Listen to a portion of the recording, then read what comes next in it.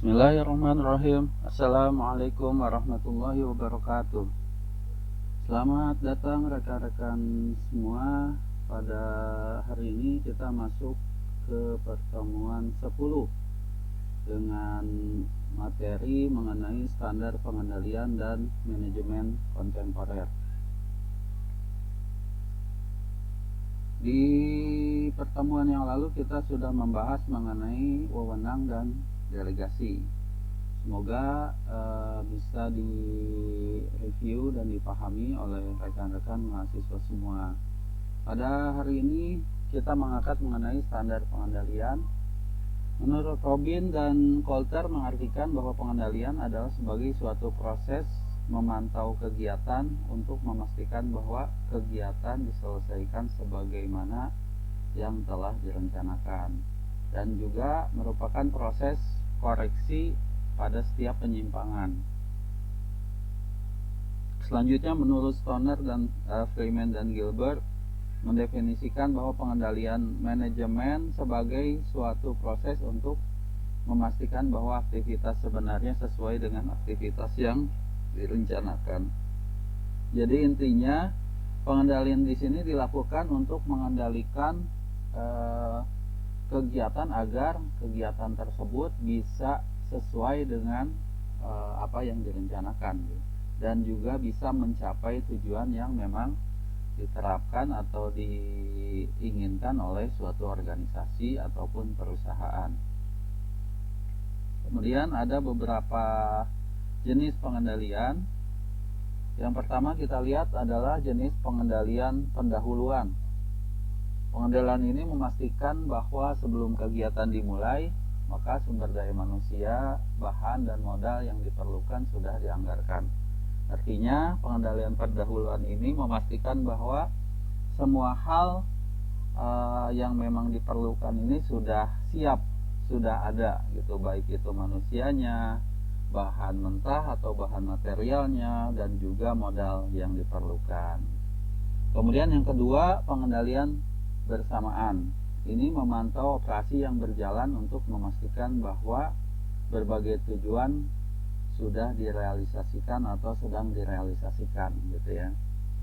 Memantau kegiatan operasinya, gitu. Bagaimana sih pelaksanaannya, gitu ya. Ini dilakukan pada pengendalian bersamaan. Jadi, apakah sudah direalisasikan atau sedang direalisasikan dengan baik. Nah, kemudian pengendalian umpan balik biasanya berfokus pada hasil akhir sebagai perbaikan berbagai tindakan masa depan, gitu. Nah, metode umpan balik ini dipakai dalam bisnis meliputi analisa laporan keuangan. Nah, biasanya berhubungan dengan keuangan juga perusahaan. Kemudian ada lagi juga mengenai analisa biaya standar. Selanjutnya pengendalian kualitas dan evaluasi kinerja karyawan. Ini hal-hal yang berhubungan dengan umpan balik. Yang pertama mungkin kita bisa lihat dari analisa laporan keuangan. Bagaimana laporan keuangan perusahaan, apakah baik atau tidak, gitu. Apakah terdapat penurunan atau kenaikan. Nah, itu juga sebagai umpan balik, gitu. Kemudian juga biaya standar yang dikeluarkan oleh perusahaan, ya. Kalau kita misalnya sebagai individu ingin membeli pakaian, gitu, berarti ada biaya pembelian pakaian tadi, ya. Nah, kira-kira biayanya itu biaya standar atau terlalu over, gitu ya. Anda hanya punya uang 200.000 tapi Anda ingin membeli baju sebesar 400.000, berarti biayanya tidak standar, gitu. Padahal standar Anda hanya 200.000. Nah, ini dianalisa. Kemudian pengendalian kualitas. Nah, setiap barang itu pasti ada standar kualitas. Di perusahaan, barang yang diproduksi itu diusahakan kualitasnya sama dengan hasil produksi yang lainnya, gitu ya. Jangan sampai satu produk lebih bagus, satu produk kurang bagus, yang satu produk standar, gitu. Akhirnya acak-acakan. Semuanya standar, gitu. Standar kualitas yang memang sudah ditentukan, gitu. Nah, kemudian evaluasi kinerja karyawan. Nah, karyawan ini kita evaluasi kira-kira sejauh mana sih tingkat kinerja yang mereka hasilkan. Selanjutnya elemen pengendalian. Nah, ini di elemen pengendalian ini ada beberapa hal yang kita lihat di sini, dimulai produksi, pemasaran, sumber daya manusia, dan keuangan. Pada produksi yang dilihat adalah mutu, jumlah, biaya, dan prestasi kerja individu. Dalam konteks pemasaran yang dilihat adalah volume penjualan. Ya, kira-kira penjualannya sesuai atau tidak dengan target yang diinginkan. Pengeluaran penjualan, biayanya, kemudian pengiklanan dan prestasi salesman. Yang sumber daya manusianya, hubungan tenaga kerja, pergantian tenaga kerja, dan tingkat absensi. Kemudian untuk keuangan, pengeluaran modal, persediaan atau sediaannya, arus modal, dan likuiditas. Kita lanjut. Untuk laporan keuangan pengendalian, kita lihat di sini laporan keuangan sangat penting bagi perusahaan. Ini karena menjadi tolak ukur yang pertama adalah keberhasilan manajemen. Yang kedua, pertanggungjawaban manajemen. Ini pertanggungjawaban kepada stakeholder atau kepada pemegang saham atau kepada pemilik perusahaan. Kemudian pengembangan perusahaan. Perusahaan yang memang baik, maka dia bisa berkembang ke arah perusahaan yang lebih besar atau bisa mengembangkan wilayah perusahaannya gitu ya. Kemudian yang keempat, penutupan perusahaan. Nah, laporan keuangan yang memang tidak baik atau merugi terus-menerus, bisa jadi perusahaan itu akan pilot atau ditutup perusahaannya. Nah, ini juga penting diperhatikan agar jangan sampai bangkrut ya. Yang selanjutnya, analisa laporan keuangan. Analisa rasio digunakan untuk membandingkan angka-angka historis perusahaan, baik itu dari waktu ke waktu atau time series. Yang kedua adalah perbandingan dengan perusahaan sejenis. Apakah dengan perusahaan yang sama, kompetitor kita baik tidak gitu standarnya gitu ya. Dari segi analisa laporan keuangan itu bisa dilihat dari yang sejenis ya, dari kompetitor kita. Ada 4 tes untuk membantu pembuatan keputusan dalam hal keuangan ini. Yang pertama di sini kita lihat ada test of profitability. Ini sesuai katanya adalah profitability. Profit berarti keuntungan ya. Nah, di sini nama analisisnya yang pertama ada return on owner investment atau ROI.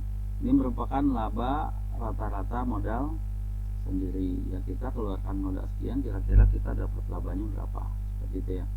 Kemudian return on total investment, laba plus kalau di sini berarti kalau masih yang konvensional dia menggunakan bunga, terus bunga dibagi rata-rata total aset.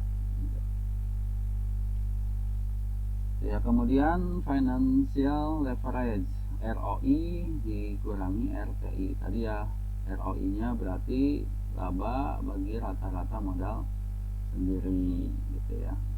Kemudian RTI-nya berarti laba plus bunga dibagi rata-rata total aset. Earning per share atau EPS di sini laba dibagi rata-rata jumlah saham yang beredar. Untuk profit margin berarti laba dibagi penjualan bersih. Yang selanjutnya fixed asset turnover ratio, penjualan bersih dibagi rata-rata aset bersih. Nah, ini beberapa hal mengenai test of profitability. Kemudian yang selanjutnya adalah test of liquidity.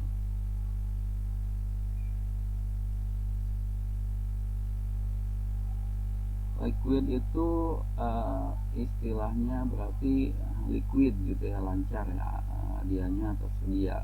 Kita lihat untuk yang pertama cash ratio, kas tambah setara kas dibagi utang lancar, kira-kira seperti apa hasilnya disesuaikan.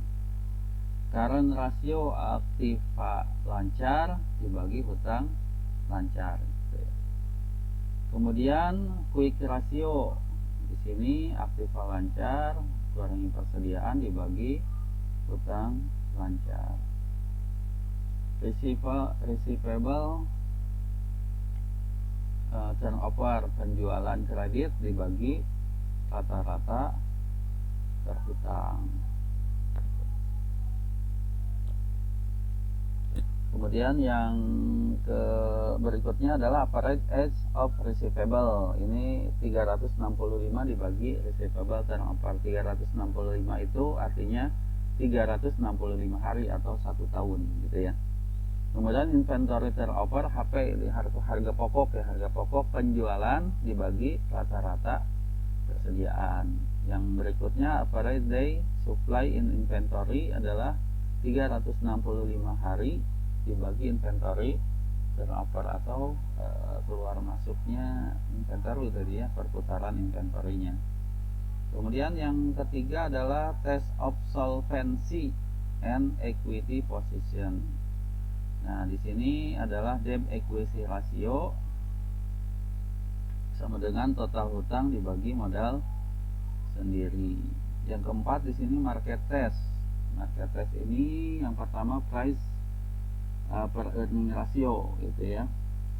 Rumusnya harga pasar per lembar saham dibagi laba per lembar saham. Yang berikutnya dividend yield ratio adalah dividen per lembar dibagi harga pasar per lembar saham. Yang berikutnya book value per share, modal saham biasa dibagi jumlah lembar saham biasa yang beredar. Baik, itu untuk yang bidang keuangan tadi ya, laporan keuangan. Yang berikutnya adalah manajemen modern atau kontemporer. Nah, manajemen kontemporer ini yang pertama ada model tipe Z ya. Menurut William Ochi di sini mengemukakan bahwa perusahaan Amerika dan Jepang berbeda dalam 7 dimensi yang penting. Di sini perbedaan perusahaan Jepang dan Amerika. Yang pertama adalah lama masa kerja. Yang kedua cara pengambilan keputusan. Yang ketiga letak tanggung jawab. Yang berikut yang D ya, kecepatan, evaluasi dan promosi. Kemudian yang E-nya mekanisme kontrol. Kemudian yang F spesialisasi, jalur karir. Yang G-nya perhatian perusahaan terhadap pegawai. Sebetulnya kita lihat secara umum saja perusahaan Amerika dan Jepang itu, kalau kita lihat secara garis besar, Jepang itu mengandalkan senioritas. Dia semakin lama dia bekerja di perusahaan, berarti dia semakin senior dan semakin dihormati gitu. Kemudian untuk Amerika itu lebih kepada target pencapaian kerjanya, baik yang junior atau yang senior sama saja, tidak ada penghormatan lebih gitu. Yang penting dia dihormati ketika dia mencapai target pekerjaan yang ditentukan gitu ya, seperti itu. Jadi tingkat persaingannya antara yang baru dan yang muda sangat tinggi gitu. Bisa jadi yang muda ini akan menjadi atasan gitu, pimpinan gitu ya, seperti itu gitu. Nah, itu bisa dilihat mungkin dalam konteks perusahaan Amerika dan Jepang. Nah, kemudian yang kedua adalah gerakan excellency. Nah, Peter dan Waterman mengatakan bahwa perusahaan-perusahaan tertentu yang excellent atau mereka yang memiliki kesuksesan yang telah berlangsung dalam jangka panjang melakukan banyak hal secara sistematis yang membuat mereka terpisah dari perusahaan lain. Nah, karakteristik dasar yang mungkin memicu excellency ini, yang pertama adalah yang A, melakukan sesuatu tepat pada waktunya. Yang B, tetap dekat dengan konsumen. Yang C, mempromosikan otonomi dan kewirausahaan. Yang D-nya memaksimalkan produktivitas pekerja. Yang E-nya menggunakan pendekatan hand-on bagi manajemen. Yang F-nya melakukan yang terbaik dan diketahui perusahaan. Kemudian yang G-nya mempertahankan struktur organisasi yang sederhana.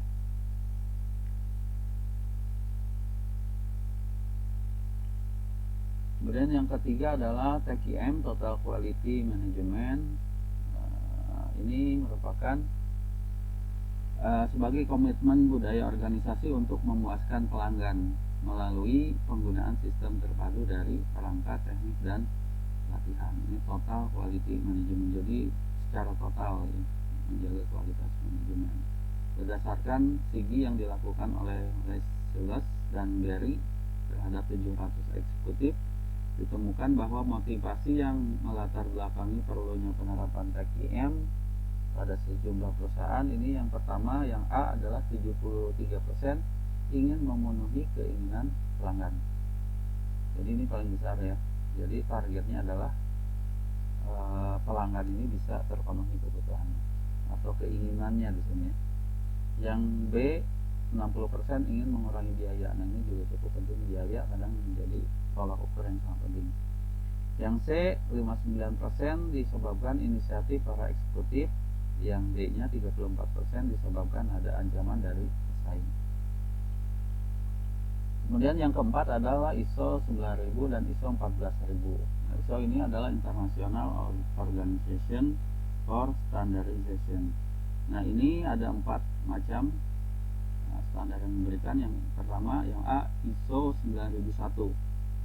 Ini terkait dengan pelaksanaan semua aspek pabrikan atau manufaktur, gitu ya, termasuk pengembangan dan penyerahan produk dan jasa. Itu untuk ISO 9001. Yang ISO 9002 melaksanakan semua fungsi pabrikan kecuali desain dan pengembangan produk dan atau jasa. Kemudian yang 9003 perusahaan non pabrikan seperti distributor, operasi pergudangan. Yang D-nya ISO 14000 ini terkait dengan unsur manajemen lingkungan yang berkualitas. Yang kelima, memiliki proses rekayasa ulang bisnis. Nah ini merupakan perencanaan ulang secara radikal gitu, serta memikirkan kembali proses bisnis secara fundamental atau secara basic, secara dasar, untuk mencapai perbaikan secara dramatis dalam ukuran untuk kerja kontemporer seperti biaya, kualitas, servis, kecepatan. Ini menurut Dennis. Proses rekayasa ulang ditujukan untuk meningkatkan produktivitas. Misalnya saat ini perusahaan tadi produktivitasnya sangat menurun atau tidak baik, maka harus direkayasa ulang. Apa sih masalah yang paling utama? Nah, maka dilakukan seperti ini, rekayasa ulang bisnis agar bisa meningkatkan produktivitas. Yang B-nya mengoptimalkan nilai bagi pemegang saham. Nah, otomatis mereka yang menanamkan modalnya di perusahaan itu ingin mendapatkan penghasilan yang besar dari sahamnya, maka bisa dilakukan seperti ini, rekayasa ulang untuk mengoptimalkan nilai bagi pemegang saham. Yang C mencapai hasil yang luar biasa minimal 50% kenaikan, ini targetnya. Yang D-nya menghilangkan tingkatan dan pekerjaan yang tidak perlu atau restrukturisasi. Misalnya ada posisi yang memang tidak terlalu diperlukan karena memakan biaya tinggi, maka bisa dihilangkan posisi-posisi tadi gitu ya. Yang keenam adalah downsizing atau restrukturisasi organisasi yang menghasilkan penurunan besaran organisasi. Organisasinya diperkecil, yang dibuat lebih ramping gitu ya. Ini sering menghasilkan struktur organisasi yang lebih mendatar. Pada dasarnya downsizing ini dapat dimanfaatkan oleh perusahaan yang sedang menjalankan rekayasa ulang tadi yang di atas ya, re-engineering, sebagai salah satu usaha untuk membuat perusahaan lebih fleksibel, efisien, dan efektif ya. Yang ketujuh adalah organisasi jejala atau networking, organisasi jaring ya, jaringan. Ini perusahaan harus memiliki semua fungsi utama baik produksi, pemasaran, dan sebagainya agar dapat dijalankan kegiatan perusahaan. Fungsi utama organisasi jejala tidak harus dimiliki sendiri, tapi dapat dilakukan oleh perusahaan lain, yaitu atas dasar kontrak gitu ya. Nah, yang ke-8 adalah Kaizen. Kaizen ini sebagai upaya yang dilakukan untuk memperbaiki secara terus-menerus semua bidang perusahaan. Menurut Kazuo Inamori dari Jepang ya, Kaizen adalah hari ini lebih baik dari kemarin dan buat hari esok lebih baik daripada hari ini. Intinya terus memperbaiki ya. Nah, Kaizen ini berkaitan dengan konsep KKM. Yang ke-9 adalah Just in Time atau JIT. Ini menunjukkan bahwa konsep manajemen atau berhubungan dengan biaya ya, cost management konsep sudah sejak lama ketinggalan zaman dan perlu dirubah. Nah, unsur-unsur yang ada pada JIT ini ada yang A-nya adalah sikap awareness atau edukasi gitu ya. Yang B-nya housekeeping, yang C-nya quality improvement, yang D-nya uniform plan load UPL, yang E-nya redesign process flow, yang F-nya setup reduction, yang G-nya supplier network.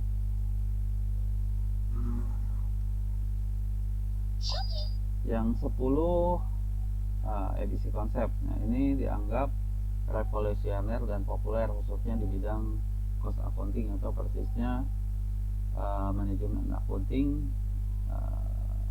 yang disingkat menjadi ABC ya. Di sini mengenai activity based costing, jadi berhubungan dengan biaya. Model ini telah diaplikasikan sebagian besar perusahaan di Amerika dan dinilai mampu meningkatkan efisiensi dan daya saing produk Amerika terhadap produk asing, khususnya Jerman dan Jepang. Malah model ini dianggap lebih bermanfaat dibanding JIT, Just in Time, yang tadi sebelumnya di nomor 9 dan dinilai sebagai produk Jepang.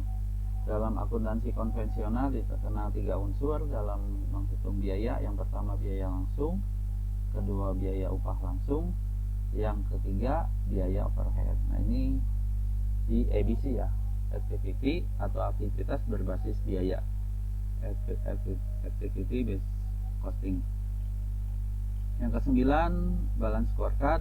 Ini menurut Kaplan dan Norton bahwa balance scorecard merupakan di sini berfungsi sebagai pelengkap dan bukan sebagai pengganti pengukuran kinerja keuangan tradisional, karena data keuangan tetap dipertahankan dalam pengukuran kinerja. 4 perspektif kinerja balance scorecard yaitu financial perspective, customer perspective, yang C-nya internal business process perspective, yang D-nya learning and grow perspective. Baik, itu beberapa hal pada hari ini mengenai pengendalian dan manajemen kontemporer. Beberapa hal yang tidak terlalu dijelaskan pada materi ini karena berhubungan dengan batasan waktunya, silakan dibaca kembali ya. Anda bisa cek di Google, di video YouTube, tambahan penjelasan sebagai tambahan wawasan rekan-rekan mahasiswa semua. Semoga materi kali ini dapat dipahami dan bisa bermanfaat. Terima kasih rekan-rekan semua. Assalamualaikum warahmatullahi wabarakatuh.